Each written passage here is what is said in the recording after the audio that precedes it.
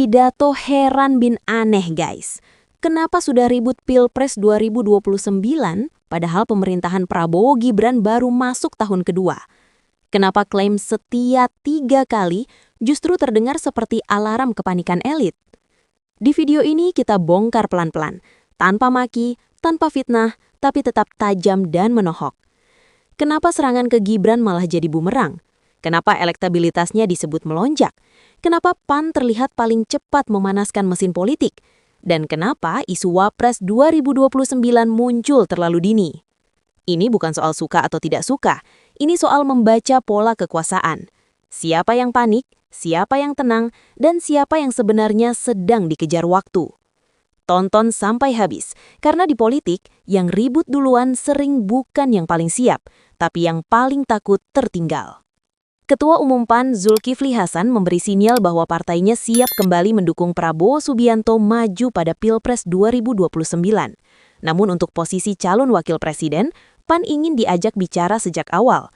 Pesannya jelas, pintu 2029 sudah mulai diketuk, bahkan ketika periode pemerintahan belum setengah jalan. Pagi-pagi sudah ribut, bukan ribut karena harga cabai, bukan karena banjir, tapi karena mesin politik dipanaskan terlalu dini.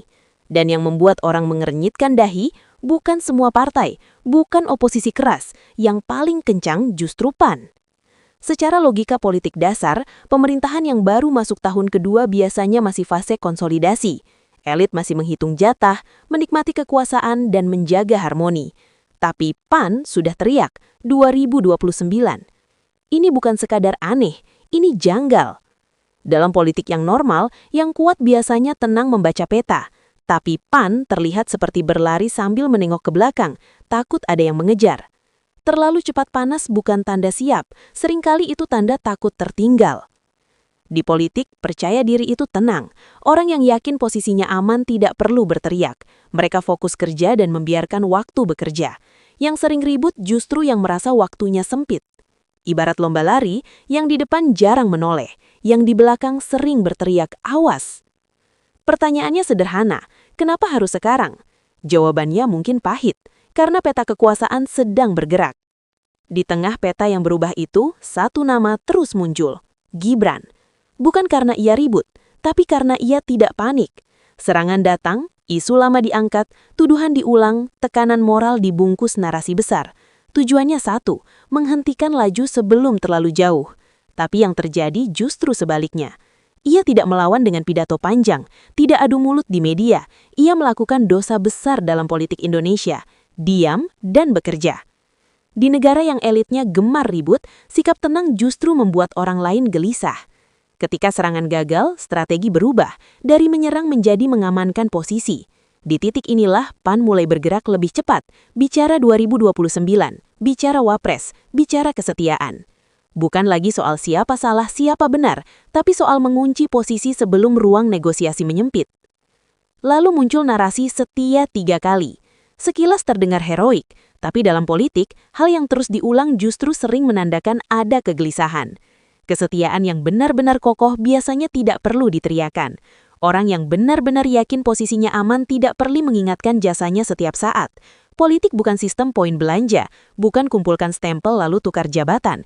Yang dihitung adalah daya tawar saat keputusan dibuat, bukan siapa datang paling awal. Maka ketika klaim kesetiaan diumumkan terlalu dini, publik mulai bertanya, kenapa harus sekarang? Jawabannya sederhana, mengunci narasi sebelum narasi lain muncul. Kemudian muncul isu lain, Wapres 2029. Ini bukan obrolan santai, ini pernyataan elit pusat. Dan dalam politik, tidak ada pernyataan elit yang netral.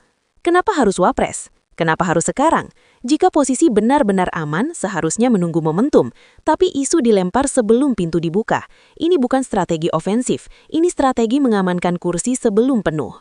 Dalam politik, yang terlalu cepat bicara masa depan, seringkali yang paling takut kehilangan tempat di masa depan. Bandingkan sikapnya. Satu pihak bicara 2029, bicara Wapres, klaim kesetiaan. Pihak lain fokus kerja dan tidak bicara soal 2029 sama sekali. Publik punya insting tajam membaca kontra seperti ini.